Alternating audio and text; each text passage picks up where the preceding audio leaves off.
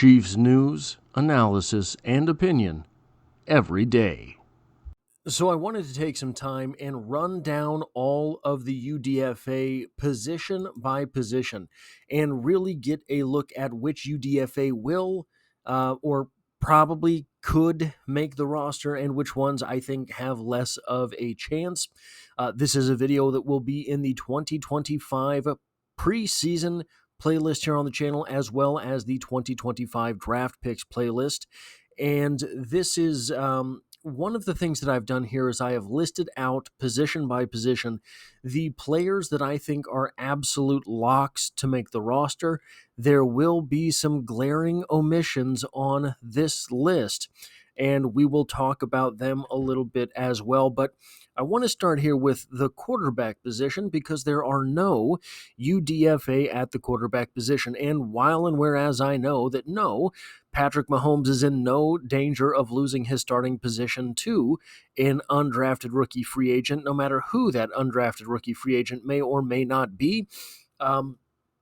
Prime Dan Marino could come back in the form of a 24-year-old man, and I don't think Patrick Mahomes would lose his job. But I think this is probably the time in Patrick Mahomes' career where they should start taking a gamble on a UDFA quarterback or a late-round quarterback every year, not in order that Patrick Mahomes be replaced, but because his percentage of the roster by salary cap is growing and is likely to grow even larger, and having a cheap backup, say you snag some UDFA that really does have some NFL potential.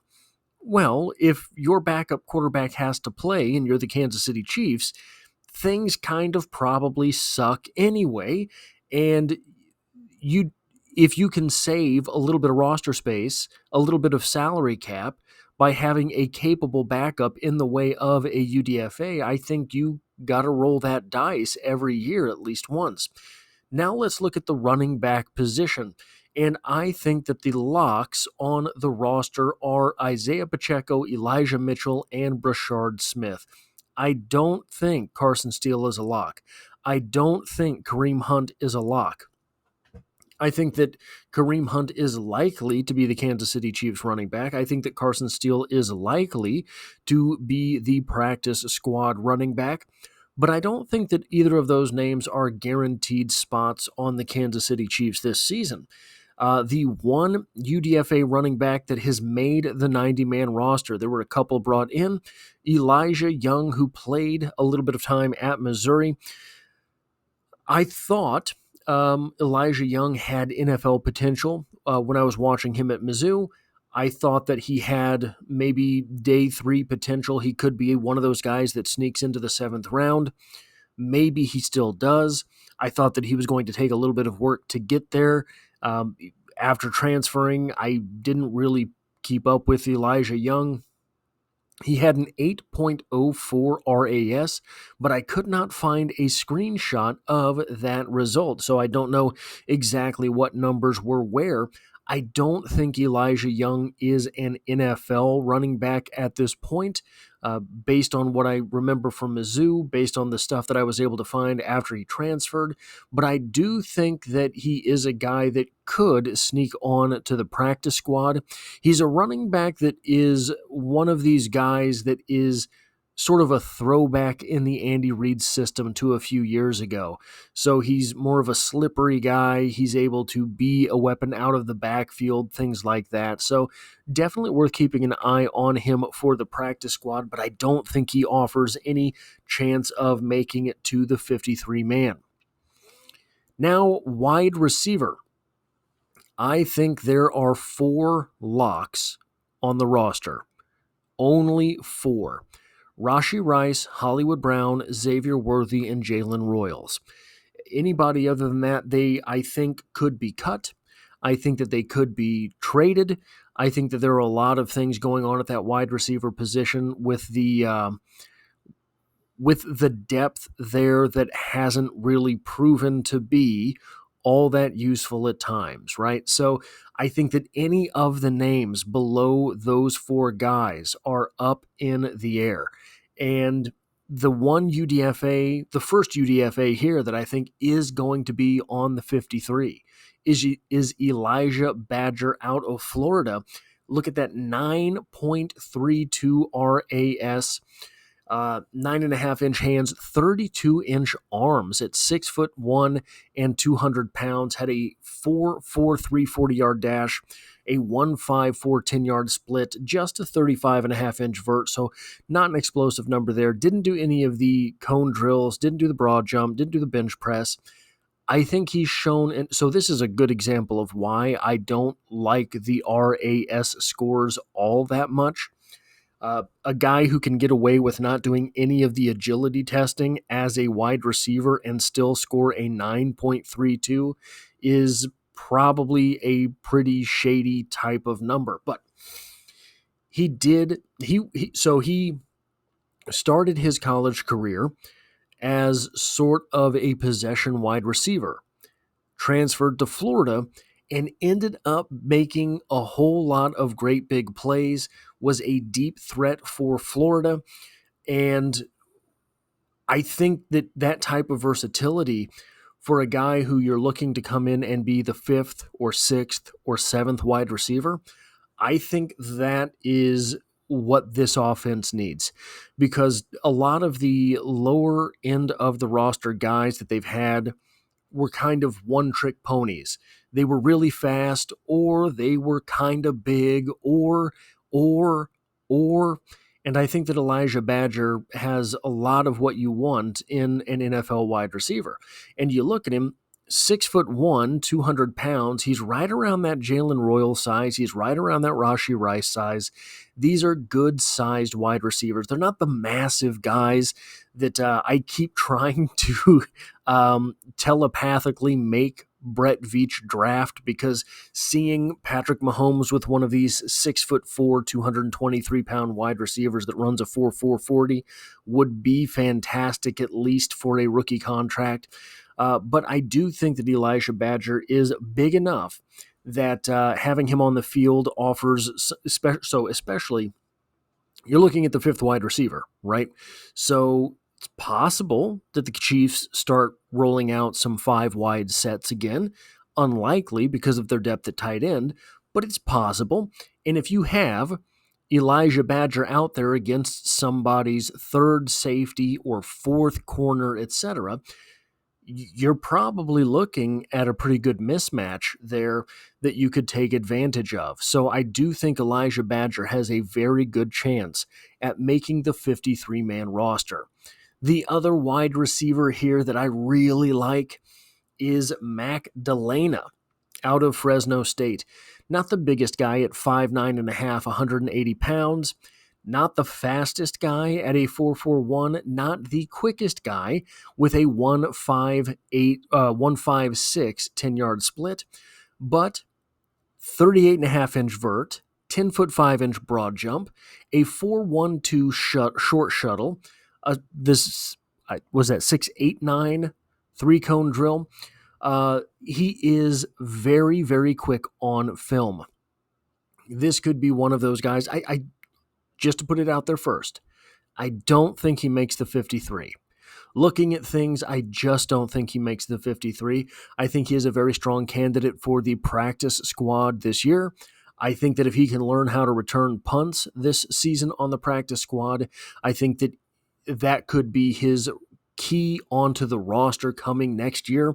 I think that he could be one of these guys that is an ultimate weapon sort of in the underneath stuff for the Kansas City Chiefs and ends up making a difference that way a couple years into his time in the league. And I do think that he has a future at wide receiver in the NFL. I think that there is a possibility there that he is one of those guys that does work his way up from a practice squad to an NFL contributor. Those are very rare guys, but I do think that he has the quickness, the elusiveness, a little bit of the wiggle in there that he could really be a tool for this offense. And then there is Jimmy Holiday. I could not find an RAS for him.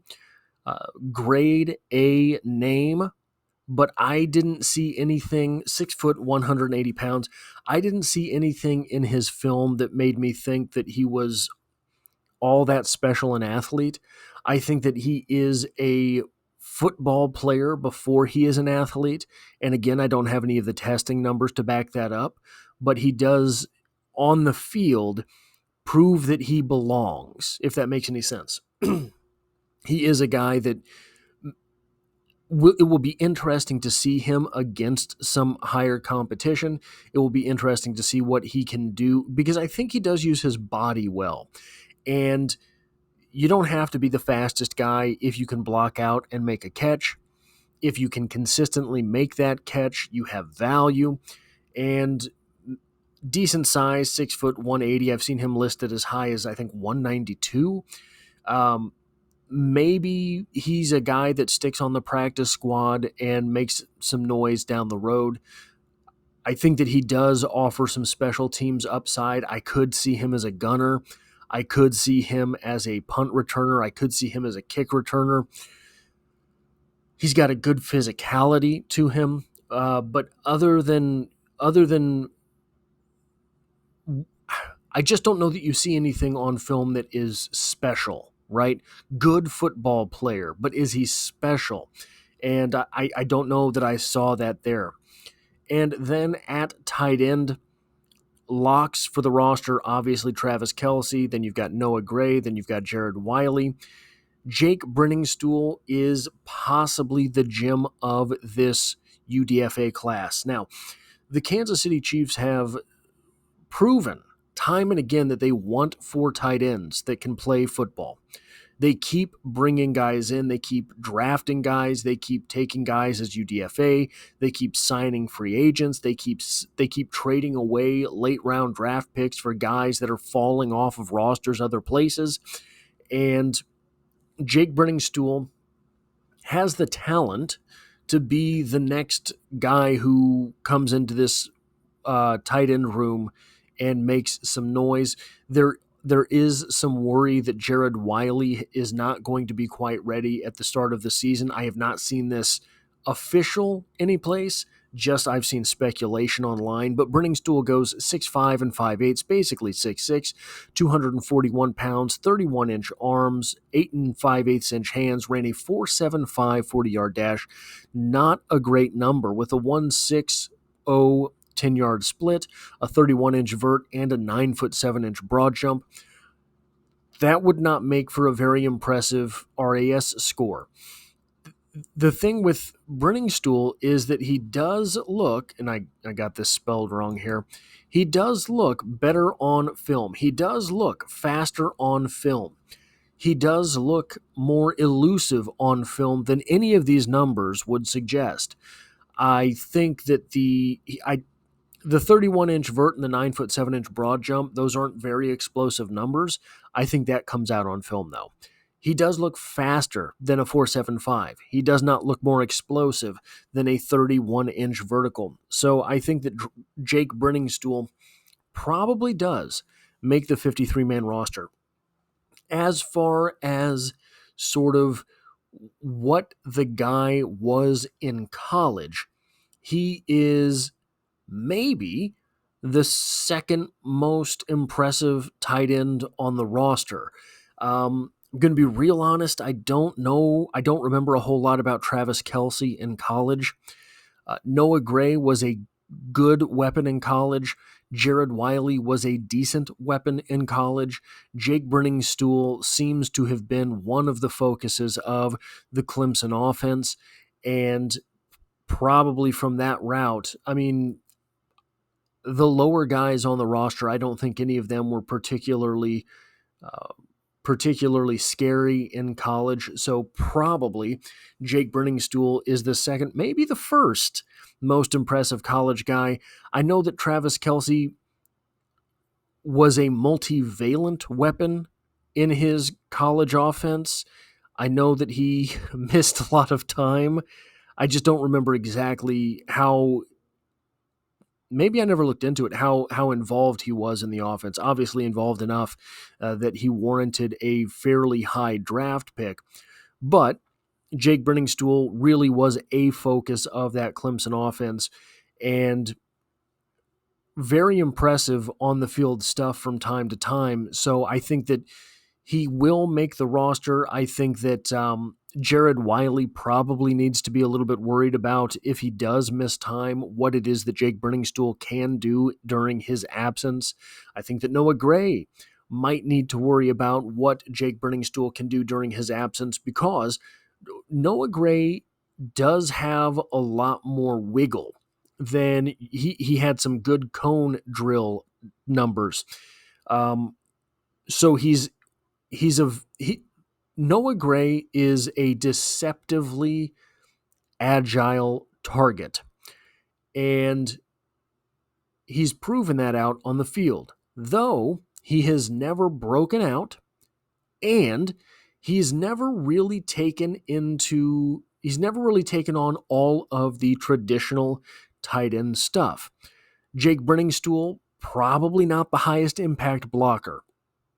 If he can add 10 pounds, if he can add 15 pounds, can he be more impressive as a blocker?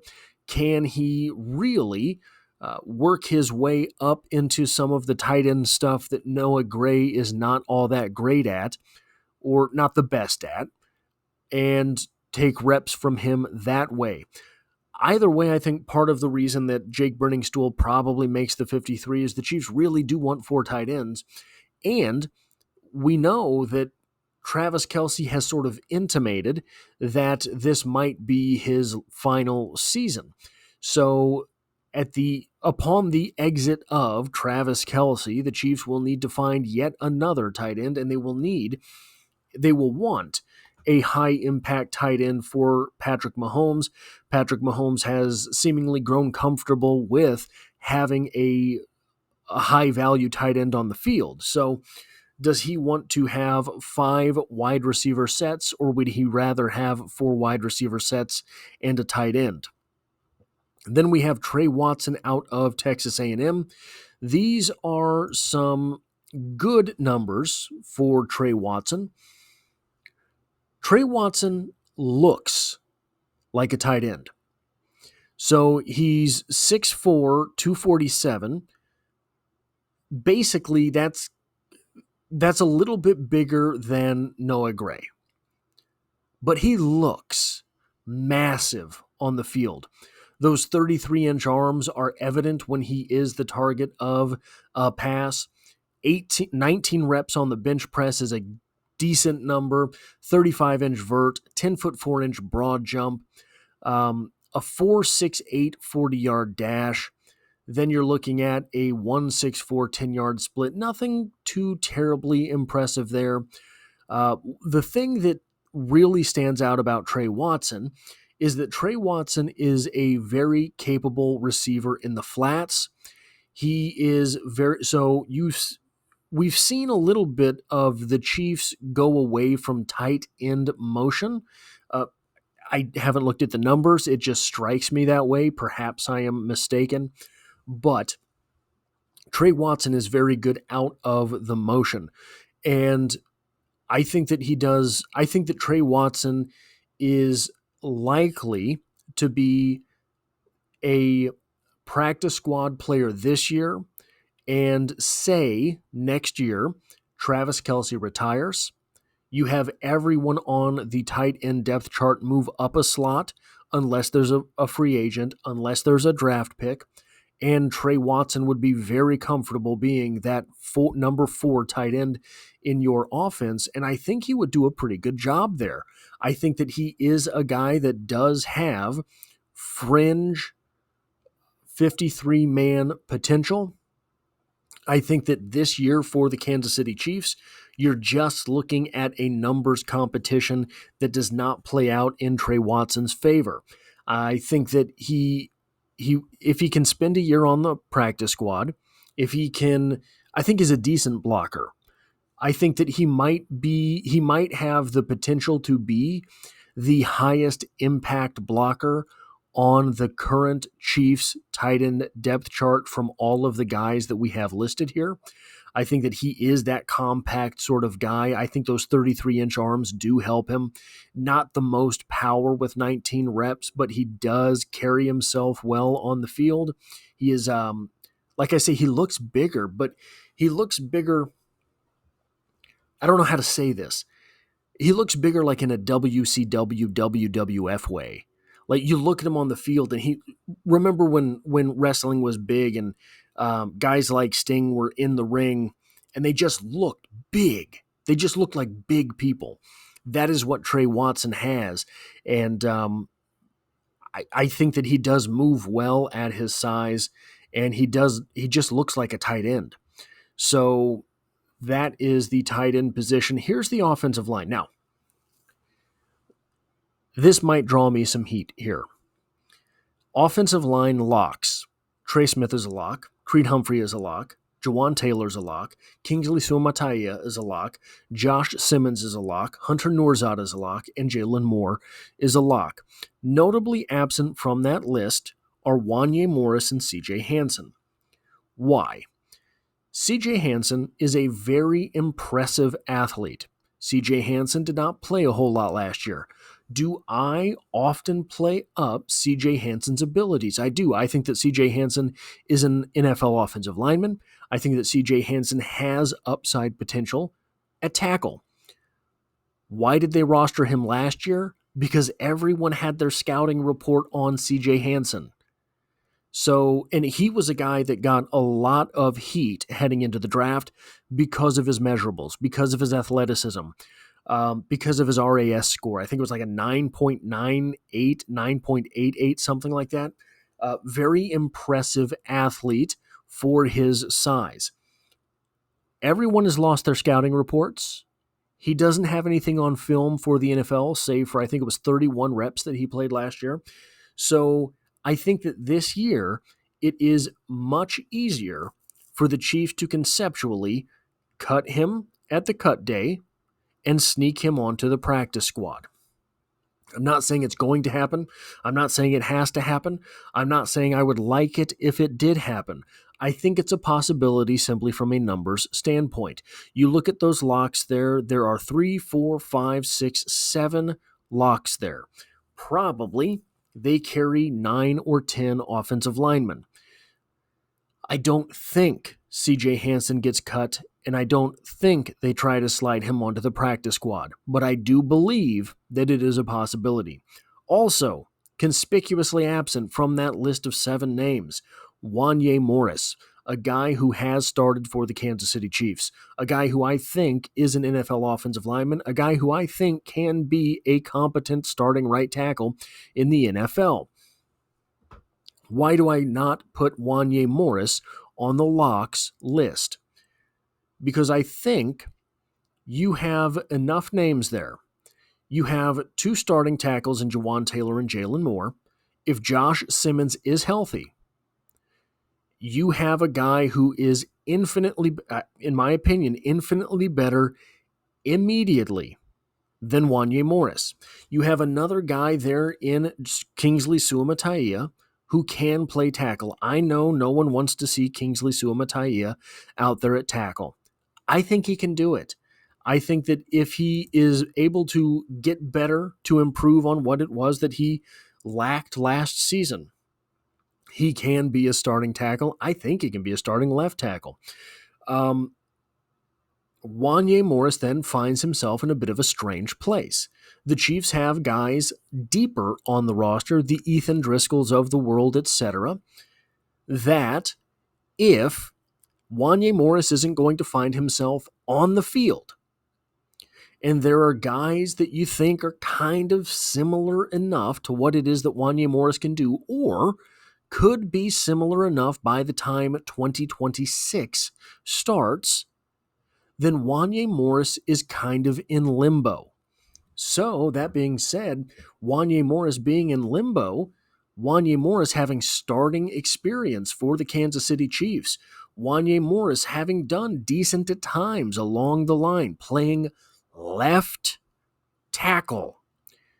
No one's going to want Wanya Morris to come in and start for them. Someone might be willing to give you something in exchange for Wanya Morris if they think they only have 2 offensive tackles on their roster. Wanya Morris can be a valuable swing tackle for someone. That might mean that so Wanya Morris has played 2 seasons, is heading into year 3 of a 4-year rookie deal. If you have the horses in the stable, that you don't have to have Wanya Morris around and someone's willing to give you a draft pick for him, I think you take it. So that's why Wanya Morris is not on that list. And I think that is a maybe not an expectation, but I think that it is a realistic possibility. Which leads us down here to the offensive linemen who were UDFA. There are 2 of them. I think that both of them have 53-man potential. That said, guys, it is tough for me to forecast. I think there's upwards of 12 or 13 offensive linemen on the roster right now that have NFL reps under their belt. I think that the Chiefs have a number of guys, an absolute number of guys that do have NFL potential. Dalton Cooper and Esapole both strike me as guys who would be best served with a season on the practice squad. Both strike me as guys that might not sneak through the waiver wire and land on the practice squad.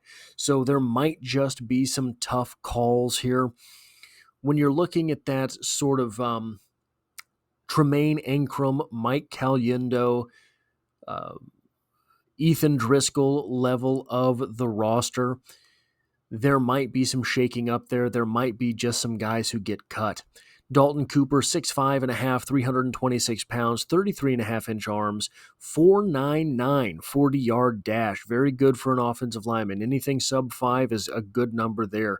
1.78 10-yard split, had a 4.64 20-yard short shuttle, a 7.93 cone drill, 28-inch vertical leap, 9-foot broad jump, and 26 reps on the bench press. 26 reps with 33.5-inch arms. And he's a guy that he looks like an NFL lineman to me. I think that he does need some work. I think that his feet aren't the greatest. I think that he does need to get sturdier. It's difficult to say that at 6'5.5", 326 pounds, but he does look like he does need to add some weight, or at least could add some weight. A little bit of the opposite of Trey Watson. Trey Watson looks bigger than he kind of lists out. Dalton Cooper looks smaller than he is. If you were to ask me from looking at him on film, I would have said he was one of these 300-pound guys. I wouldn't have ever guessed he was nearly 330. I think that he's in a very rough position as far as the Chiefs are concerned, because the Chiefs have so many of those guys who are sort of borderline rosterable. Ethan Driscoll, like I said, Tremaine Ankrum, like I said, Mike Caliendo, like I said. These are guys who are kind of bottom of the roster linemen, but are still NFL guys who can come in and give you meaningful reps and not embarrass you. Mike Caliendo had a little bit of a rough go last season, but that just is what it is. I think that because of that, it might be Mike Caliendo who finds himself on the outs. Mike Caliendo is save for Tremaine Ankrum, the least physically impressive, the least physically athletic of those listed guys, so might be on the outs with the roster there. It would be interesting to see if you could find someone to give you a 2027 7th-round pick for Mike Caliendo, something like that, which Brett Veach has proven in the last year and a half or so that he's willing to defer payment in order to get something out of a guy. So that is something that makes me think that Dalton Cooper and Esapole might have a clearer path to the roster. Esapole, for his part, Didn't give up any sacks last year. 6'5" and 1/4 inches, 323 pounds, 33 and 5/8 inch arms, a 5'3", 40-yard dash. Is one of these guys who does have a little bit slower feet. 803 3-cone drill. I don't think that's a very good number. 29-inch vert, 8'4" broad jump, 23 reps on the bench press. He was a basketball player, came to football very late, and he might be one of these guys that has had everything thrown at him, so he's had to have everything come in very fast, all of the information come in very fast. I think he's good with his hands. I think he's imprecise with his hands. I think that his feet need work, but he is limber enough, agile enough, not fleet-footed enough, not fast enough. But, I mean, Willie Rofe was one of the best offensive tackles you could ever hope to see, right? So you don't have to be jumping out of the gym. You don't have to be a guy who can put in dot drills all day long to be successful at offensive tackle. Dalton Cooper, I think, does offer upside at offensive guard. I don't know if I see the bend from Ezapole to offer upside at offensive guard. Both of these guys could find their way onto the 53. Neither of these guys could find their way onto the 53. I am partial to Ezapole just because I think that there is a mystique about him. I think that if a guy came to football as late as Pole did and was as successful in Big Five football as Pole was, there is room for him to grow into something. I think that along that same line, Dalton Cooper is just an offensive lineman. You look at him and you say, that's a guy who can play in the NFL. You look at Pole and you say, that's a guy who I just don't see anybody beating. And how far can you push that? So I think odds are one of these guys makes the 53. I think one of these guys, they try to sneak through the waiver wire and put him on their practice squad. I don't know if he makes it. So it's an interesting position to be in for the Kansas City Chiefs because the offensive line has been such a problem for them in both of the Super Bowls that they attended and allegedly did not win.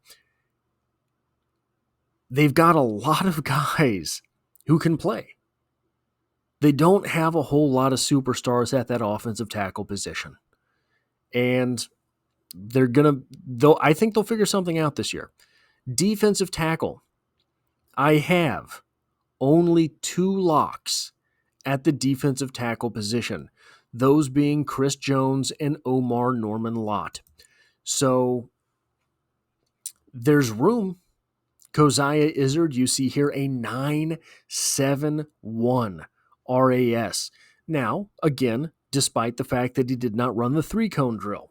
The 3-cone drill is a very telling drill. I think, looking at him, watching his film, he would have done well at it. So I don't know why he would have taken that opportunity from himself, other than, maybe it just wasn't as impressive as his short shuttle.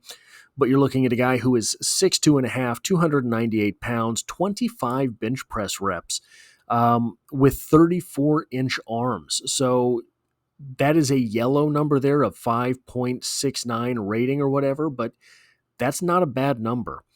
A 33.5-inch vertical leap for a defensive tackle, a 9'5" broad jump for a defensive tackle, a 4.85 40-yard dash with a 1.56 10-yard split. I said, so there's, for all of these guys, all of the guys that I think can make the roster, there are videos, full-length videos on the channel for them, dedicated to them. I said in his video, I think that he might be what the Kansas City Chiefs thought they were getting when they drafted Colin Saunders. Again, didn't play a whole lot of reps in college. But I think that's what Penn State was doing with their defensive line, heavy rotation. And he looks like a guy to me that can very easily make this roster. I will tentatively say Coziah Izzard on the 53. I think there is, in my mind, right? Not an expert.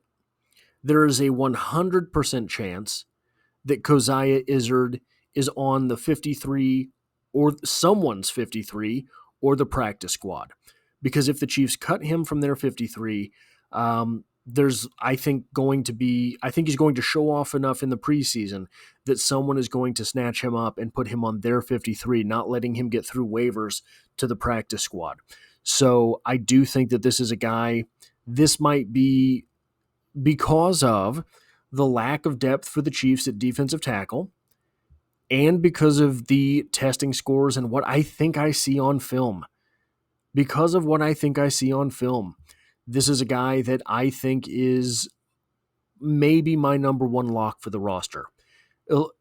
So Elijah Badger and Keough Izaak are, in my opinion, the two guys who are most sure for 53-man spots. Also a 4.52 short shuttle. That is an 8.46 out of a 10. So just real quick, just because I have to point it out, that 1.56 10-yard split on the 40-yard dash. Remember, the RAS is out of 10. 10 is perfect. That 1.56 10-yard split is 9.99. Absolutely wild. This is another interesting tidbit here. The Chiefs picked up no UDFA at the edge position. I doubt that this was for lack of trying. I believe that probably this was for lack of willingness to settle. There were some bigger names who fell through the draft, and they ended up other places. Why, if you were a UDFA at a marquee position like edge, you would sign anywhere, but with the Kansas City Chiefs, I cannot tell you. It's possible there was more money involved than the Chiefs were offering, but the Chiefs have proven UDFA can make the roster. The Chiefs have proven UDFA, as rookies, will get reps. The Chiefs have proven that, well, you want to make a little bit more money? You get to work overtime in the playoffs if you're a member of the Kansas City Chiefs, right? So I think that probably someone just forked up a whole lot more money to the marquee names at the edge position than the Chiefs could do at the time, and that is what happened there. That's the only thing I can think of to explain, because the Chiefs were looking to add pop at pass rusher all offseason. So linebacker, locks, Leo Chenal, Nick Bolton, and Drew Tranquill, and then Jeffrey Bassa, because I don't think they're going to cut a rookie. So the Chiefs so those are the only locks at the linebacker position for me. The Chiefs basically every season pick up a UDFA linebacker that makes the roster, and they have a Jack Cochran, for example, on the roster right now, re-signed him. I don't care. I think Brandon George might, because a lot of what they're doing with those linebackers that are the UDFA and make their way onto the roster, now every year so far, there's been one of them that has played meaningful reps, right? Not 1,000 reps, but someone goes down and they have to step up and get some reps. But we're seeing here, Leo Chenal, Nick Bolton, Drew Tranquill, those are starters. Jeffrey Bassa becomes your number 4 linebacker. You don't need a linebacker that's going to be the guy who comes off the bench. Meaning that the linebacker you do sign, the fifth linebacker who makes the roster is probably going to be predominantly a special teams guy. Meaning he just has to be an athlete. He doesn't have to be a positional linebacker. He has to run fast, hit hard, get down the field, be able to block. Look what we have here. Brandon George out of Pitt. 6'3". That is a 9.24 on a... So look at the... We'll just start with the RAS score total. 9.98 out of 10. How do we get to that majestic number?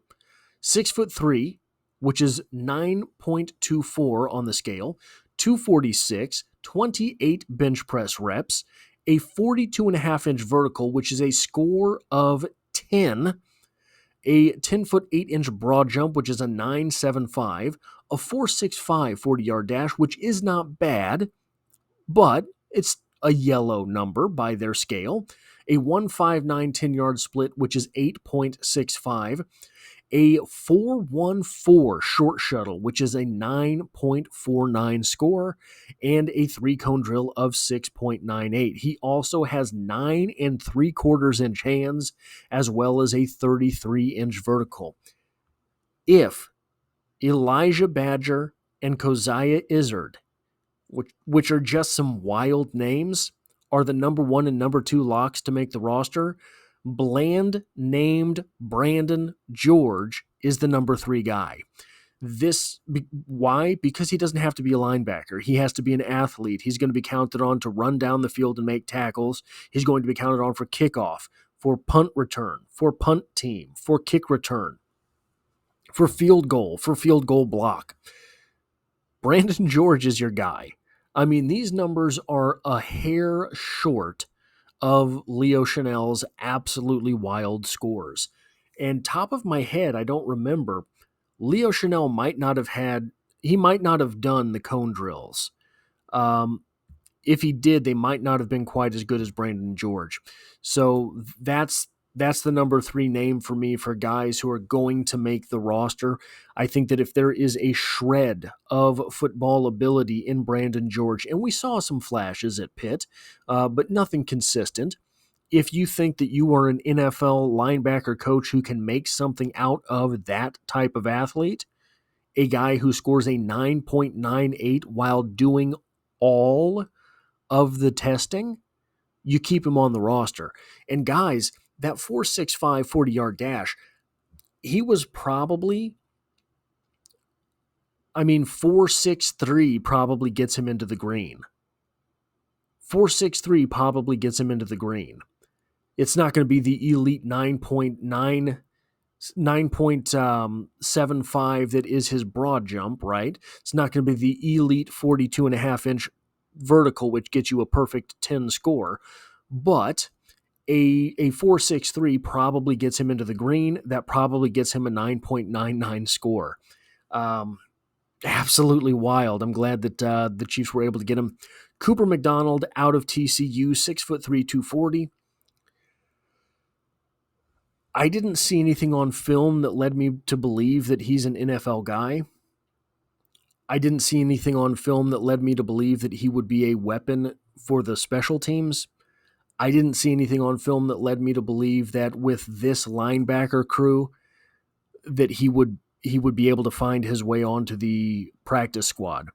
I think that the Chiefs are in the position where they're going to be cutting enough NFL caliber linebackers that with the positional value, it's likely 1 or 2 of them slips through waivers and the Chiefs are able to sign him to the practice squad. So I don't think Cooper McDonald has much of a chance to make the roster in Kansas City. And then safeties. So the Chiefs list a lot of guys at defensive back. And this is a little bit difficult for me to kind of pry through, right?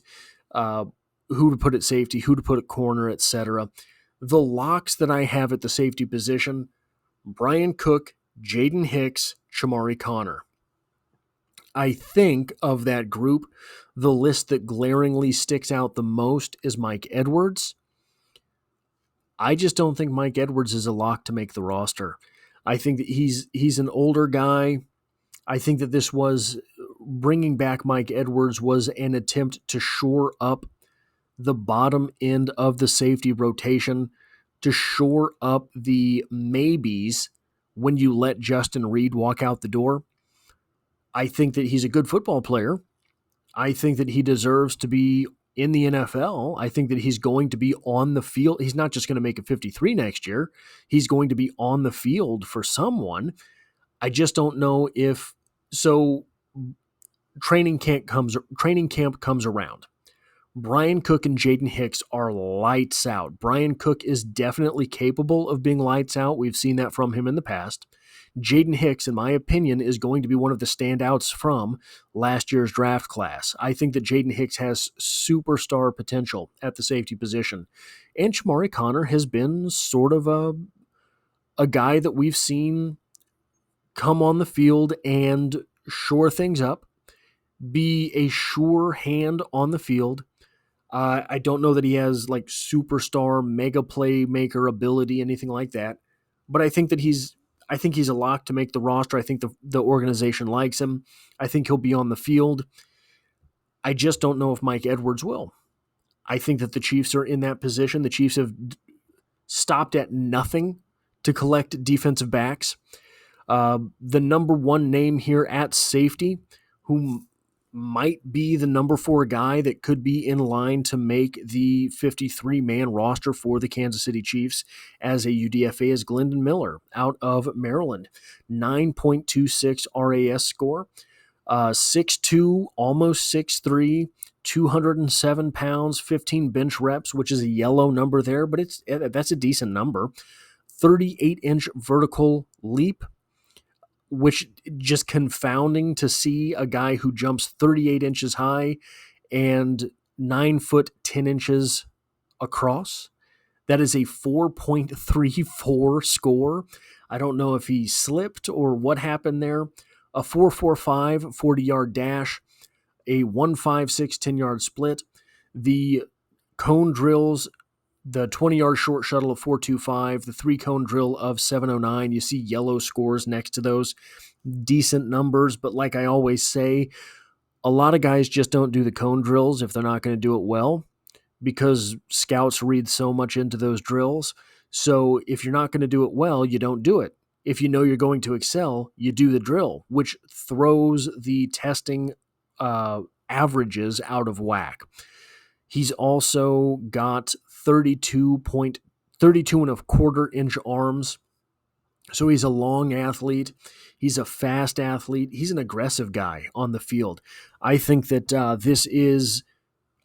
it would not have shocked me to see them take Glendon Miller in the 7th round when I got around to looking at him. He's definitely the type of defensive back that Spagnuolo likes. He's definitely the type of defensive back that Brett Veach has started to target, and I think that he has a real shot at making the roster. Major Williams out of Carson Newman. I was able to find an RAS score for him. 5'11", 198, 20 bench reps, which is a good number. 31-inch arms, 37-inch vertical, 10-foot 5-inch broad jump, a 4.4 flat 40, a 1.51 10-yard split, which is a score of 9.73, 4.08 short shuttle, which is 9.45 grade, and a 3-cone drill of 6.9, which is an 8.55 score. Is a good athlete. I don't know when you're looking at that level of competition. I think that probably you're looking at a guy that would have to spend a year on the practice squad getting his feet wet. I don't know exactly what we're looking at here. Looked like a decent athlete on film with what I was able to find, but wasn't jumping off the screen. And if you're not jumping off the screen at Carson Newman, do you have a shot? I don't know. Cornerback, locks. Trent McDuffie, obviously. Noel Williams, Christian Fulton.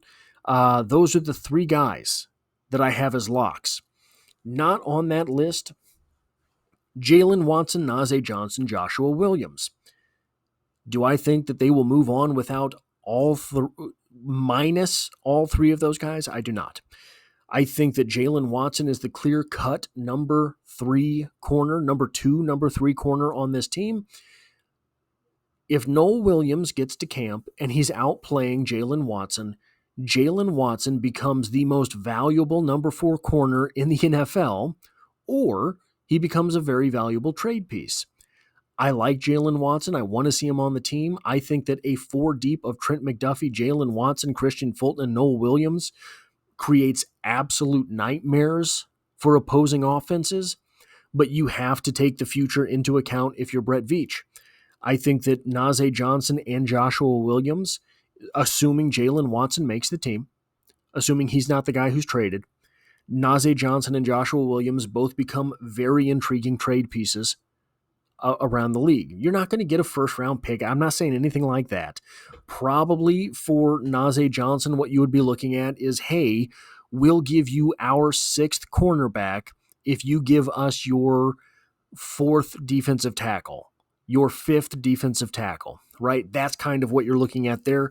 Joshua Williams could probably get you a draft pick if you end up trading him. Jacoby Covington, 6'2", 204. I did not see anything that convinced me he was an NFL guy. Obviously, I'm not Brett Veach. I think probably he makes the transition to safety. He's listed as a cornerback most places, or a defensive back. I don't think, but I think that maybe you convert him to safety and see if he adds anything there. Kevin Knowles out of Florida State is an interesting prospect. 5'9", 189, 12 reps, a 7.67 RAS score total.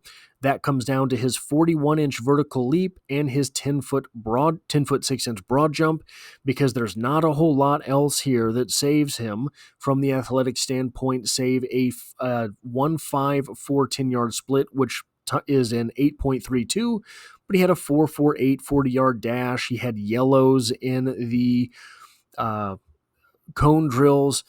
I'm not sure I see too much there. I think that Kevin Knowles definitely makes someone's practice squad this year. I think that Kevin Knowles probably makes money playing football for a few seasons, and maybe what that comes down to is practice squad and then never comes out on a 53, but I think he's got 53-man potential. I don't think it's in year 1. And then Melvin Smith Jr., cornerback out of Southern Arkansas, a guy who got a lot of hype heading up to the draft. You're looking at a guy who's 5'10", which isn't great, 190, 13 reps, but he had a 4.39 40-yard dash with a 1.49 10-yard split. Those are very good numbers. His 3-cone drill is a very bad number. His short shuttle number is 4.19. That is a decent number. 38.5-inch vert, which if you're 5'10", you're going to need it. 30-inch arms, nearly 31-inch arms.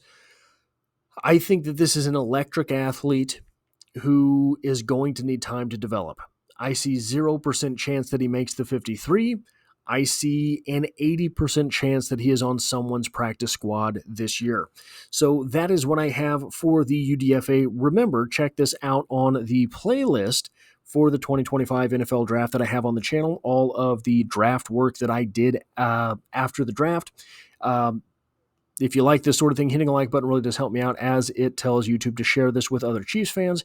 If you find yourself here by chance but not design, the Chiefs are the only thing I talk about on this channel, dropping multiple videos every single week. And as always, I hope to have you back for the next one.